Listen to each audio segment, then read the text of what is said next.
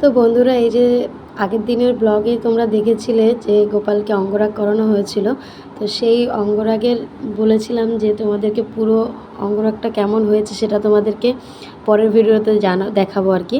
তো সেটাই তোমাদেরকে দেখাচ্ছি। দেখো আমার গোপাল সোনাকে কতটা সুন্দর লাগছে, কতটা মিষ্টি লাগছে, একদম সোনা গোপাল।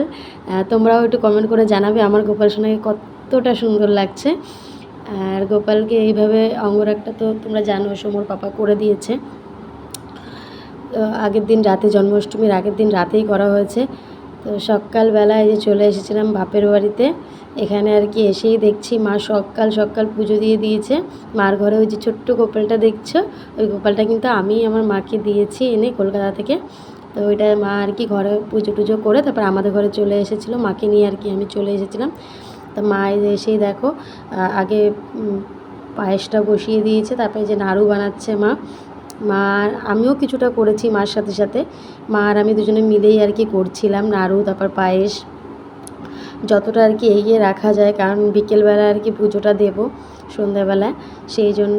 তো মা নিজের হাতে আর কি নাড়ু, এবার কিন্তু নাড়ু অনেকটা কম বানিয়েছি কারণ একটু সময়টা কম ছিল, তো সেই জন্য। নাহলে প্রতি বছর অনেক নাড়ু টাড়ু বানাই। আর এদিকে দেখো দুপুরের পর কিন্তু আমি গোপাল সোনাকে, আর সকালবেলা তো আমি আগেই সেবা টেবা দিয়ে দিয়েছিলাম, দুপুরেও সেবা দেওয়া হয়ে গেছে, এটা হচ্ছে বিকেলের দিকে। এই সময় আর কি আমি গোপাল সোনাকে আর কি রেডি করিয়ে রাখছিলাম আর কি। কারণ ওকে যদি রেডি করে না রাখি, আজকে ওর জন্মদিন বলে কথা, তাই না? সবাই তো ওকেই দেখতে আসবে, তাই ওকে আগে থেকে একটু সুন্দর করে সাজিয়ে গুছিয়ে রাখছিলাম। ও তো এমনিতেই সুন্দর, যতই দেখি মানে যতই সাজাই না কেন ও এমনিতেই যেন আরও সুন্দর লাগে। তো আজকে দেখো এই যে ফুলের মালাটা অত ভালো পাইনি আমি, এখানে মালা না সব কেমন কেমন যেন আর কি আজকে উঠেছিল, সব ভালো ওঠেনি, সেই জন্য যা পেয়েছি তাই এনেছি। আর আমার ফুল দিয়ে ঘর সাজাতে, মানে ঠাকুরঘর সাজাতে কিন্তু ভীষণ পছন্দ করি। আর আমার সবথেকে ভালো লাগে ঠাকুরঘর সাজাতে। আর যদি ফুল অনেক থাকে তাহলে তো আর কোনো কথাই না। তারপর দেখো গোপাল সোনাকে চকলেট আর কি যতটা মানে যা যা দেওয়া মানে দিতে পেরেছি আমি, তো সবটাই আর কি ওকে আমি আমার মন থেকে উজাড় করে দিয়েছি।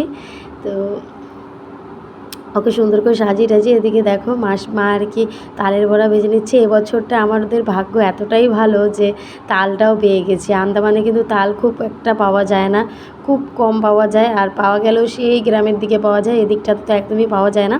তো এবছরটা কিন্তু পেয়েছি। আর ওদিকে কাকি দেখো খিচুড়ি বসিয়ে দিয়েছে, এটা আর কি যারা আসবে তাদের জন্য আর কি বানানো হয়েছে খিচুড়ি ভোগটা। তারপর লুচিও বানানো হবে। তারপর এদিকে দেখো আমি আর কি সমস্ত কিছু গুছিয়ে গেছি। ওদিকে সমস্ত রান্নাবান্না কমপ্লিট হয়ে গেছে।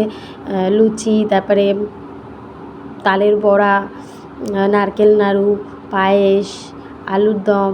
আর লুচিটা আর কি গোপালের জন্য কিছুটা করে নিয়ে আর বাকিটা ভেবেছি যখন সবাই আসবে তখন আর কি করে দেবো আর কি।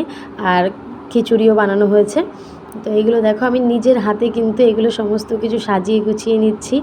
আর আমার ঠাকুর ঘরের কাজ করতে অনেক অনেক ভালো লাগে, সে তো তোমরা যারা আমার ভিডিও দেখো প্রতিনিয়ত তারা সবাই জানো আমি আমার গোপাল সোনাকে অনেক অনেক ভালোবাসি। ও কিন্তু আমার সন্তানের মতোই, কারণ ওকে প্রথম আমি নিজের সন্তানের মতো ভালোবেসেছি বলেই কিন্তু আমি আমার সোমুকে পেয়েছিলাম। তাই আমি ওকে কখনো ভুলতে পারবো না। আমার সোমুও যেমন, আমার গোপালও তেমন, আমার দুই সন্তানই কিন্তু আমার কাছে একদম সমান। আর মায়ের কাছে কিন্তু এটাই কিন্তু সবথেকে মানে সন্তানের প্রতি কিন্তু এটা হওয়া উচিত। এক সন্তানকে বেশি ভালোবাসবো আর এক সন্তানকে কম, এটা কিন্তু কখনোই কোনো মায়ের উচিত না। কারণ মায়ের চোখে কিন্তু দুই সন্তান, দুই চোখের নয়নমণি কিন্তু। তা আমার দুই নয়নমণিও কিন্তু আমার গোপাল সোনা আর আমার সোম সোনা।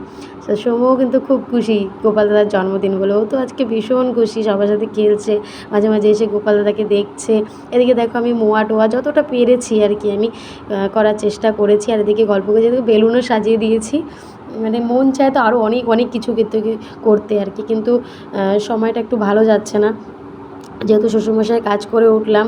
তো তারপরে আর কি ভেবেছিলাম হয়তো করতেই পারবো না, কিন্তু জানো তো আমার সোমর জন্মদিন আর আমার গোপাল সোনার জন্মদিন কোনোটাতেই কিন্তু কোনো বাধা আমাকে কখনোই আটকে রাখতে পারেনি। আমার গোপাল সোনা আর সোমর সোনার দুজনের জন্মদিনই কিন্তু আমি খুব সুন্দরভাবে করে মানে করতে পারি, এটাও কিন্তু গোপালেরই জন্য। আমি জানি আমার গোপাল সোনার যখন জন্মদিন হয় তখন আমি এটুকুও জানি যে সে তার ভাইয়ের জন্মদিনটাও ঠিক সুন্দরভাবে করবে। তো দুজনের জন্মদিনে কিন্তু আমি সুন্দরভাবে করি। আর আমি আর এদিকে দেখো আমার ছোট্ট ভাইটা এসে ও কিন্তু চকলেটগুলো দেখে আর থাকতে পারছে না, বলছে চকলেটগুলো দাও চকলেট। আমি বলছি দাঁড়াও গোপাল সোনার আগে জন্মদিনটা হয়ে যায়, তারপর সবাইকে দেবো। এদিকে দেখো মাও লাড্ডু নিয়ে এসেছিলো, আমিও লাড্ডু নিয়ে এসেছিলাম। তো ওগুলো সব সাজিয়ে দিচ্ছি আর নিজের হাতে। মা কিন্তু পাশে বসে বসে সব আবার বলেও দিচ্ছে।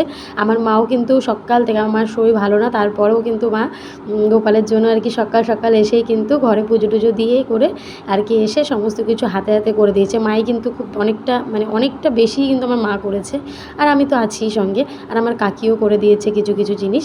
তারপর দেখো আর কি পুজোর তো টাইম হয়ে গেল, সন্ধ্যের প্রায় 8টা বেজে গেছিলো আমার পুজো দিতে দিতে, কারণ অনেকটা কাজবাজ সামলাতে অনেকক্ষণ আর কি সময় লেগে গেছিলো। তারপর দেখো আমি মনের মতো করে আর কি পুজোটা দিয়ে নিচ্ছি, আর আমার যে এতটা আনন্দ লাগছিলো সে বলে বোঝাতে পারবো না। আর এই পুজোর সময়টা কিন্তু আমার শুধু পুজোর দিকেই মন থাকে, আর অন্য কোনো দিকে না। তো ওইদিকে আমার বোন কিন্তু ভিডিও টিডিও করছিল, আমি কিন্তু জানিও না যে আমার বোন ভিডিও করছিল না কী করছিল। ওকে বলে রাখা হয়েছিল যে তুই কিন্তু ভিডিওগুলো করবি, কিন্তু ও যে পেছন থেকে করছিল আমি কিন্তু অতটা খেয়ালও করিনি। তো আমি আমার মনের মতো করে পুজো করে দিয়ে পুজো করছি। আর আমার গোপাল সোনার জন্মদিন বলে কথা, তাই না, কোনো কিছুতে যেন ত্রুটি না থাকে। এদিকে দেখো মা আবার মাকে বললাম একটু এই বাজাও, কারণ আমার ইচ্ছা ছিল একটু ঠাকুরের আর কি কীর্তন টীর্তন দেবো। কলকাতা থাকতে তো এইসব দেওয়া হয়, কিন্তু এখানে তো আর সবসময় সব কিছু পাওয়া যায় না হাতের কাছে। তো আর এখানে কারা গান টান গায় আমি অতটা ভালো জানিও না, তো সেই জন্য পরে শুনেছি কারা আমাদের যে নিচের মালিক আছে, তো মালিক আর কি জানে। তো এর পরের বার যদি কখনো কিছু করি তখন আশা করছি করতে পারবো। আর আমার মালিক কিন্তু অনেকটাই হেল্প করেছে। মালিকের যে মালকিন আছে আর কি, কাকিমা কিন্তু তাল নিজে ছেনে কিন্তু আমার ঘরে দিয়ে গেছে আমার গোপাল সোনাকে। তারপর দেখো এই যে প্রদীপ দিয়ে আরতি করে নিলাম। তারপরে এদিকে সব, আর আমার ছোট্ট ভাইটা কিন্তু বারবার ঘুরঘুর করছিল ও প্রসাদ খাবে বলে। তারপর দেখো নিজের হাতে করে গোপাল সোনাকে আর কি দুধ খাইয়ে দিচ্ছি। আর আগে কিন্তু আমি জন্মাষ্টমীটা কিন্তু একদম সেই 12টার সময় করতাম, কিন্তু এখন আর করা হয় না। তো এখন আমি আমার ছেলের জন্মদিনের মতোই করি, তো যেহেতু ওকে আমি সন্তানের মতোই ভালোবাসি। এদিকে দেখো মিষ্টি তারপরে মাখন সব একটু একটু করে আর কি ওকে খাইয়ে দিচ্ছিলাম আমি নিজের হাতে। আর এটা কিন্তু আমি প্রতিদিনই করে থাকি, শুধু আজকে জন্মাষ্টমী বলেই কিন্তু নয়, প্রত্যেকটা দিনই কিন্তু আমি নিজের হাতেই চেষ্টা করি ওকে একটুখানি খাইয়ে দেওয়ার। তারপর বলি বাবা তুই খেয়ে নে, ঠিক আছে। তো আর নিজের হাতে সন্তানকে খাওয়ানোর মতো আনন্দ কিন্তু মায়ের কাছে আর কিছু হতেই পারে না। তারপর মন ভরে একটু তাকে একটু প্রণাম করে নিলাম। আর এটুকুই বললাম যে গোপাল সোনা তোকে যেন আমি এইভাবে সারা জীবন আমার কাছে, তুই এইভাবে যেন আমি তোকে আদর যত্ন করে রাখতে পারি, আর সারা জীবন তোর যেন সেবা করতে পারি, তুই আমাকে ছেড়ে কখনো যাস না। আর এটা সত্যি কথা, সবাই চলে গেলেও কিন্তু আমার গোপাল সোনা কিন্তু আমাকে কখনোই ছেড়ে যায়নি। এমন অনেক অনেক মুহূর্ত ছিল যে মুহূর্তগুলো আমি বড্ড একা হয়ে গেছিলাম, নিজের সাথে আমি লড়ার ক্ষমতাটুকুও ছিল না। সেই সময় কিন্তু আমার গোপাল সোনা সবসময় আমার সাথে ছিল, তাই জন্য গোপালকে আমি সবথেকে বেশি ভালোবাসি। তারপর দেখো ওদিকে পুজো টুজো দিয়ে তারপরে কয়েকজন লোকজন আর কি বলেছিলাম, তো সবাই আর কি চলে এসে তো সবাইকে আর কি সেবা দিয়ে দিচ্ছিলাম। সোমর পাপা আর কি সব গুছিয়ে দিচ্ছিলো, আমি আর কি ধরে দিচ্ছিলাম। তো কেমন লাগলো ভিডিওটা আজকে একটু কমেন্ট করে জানিয়ে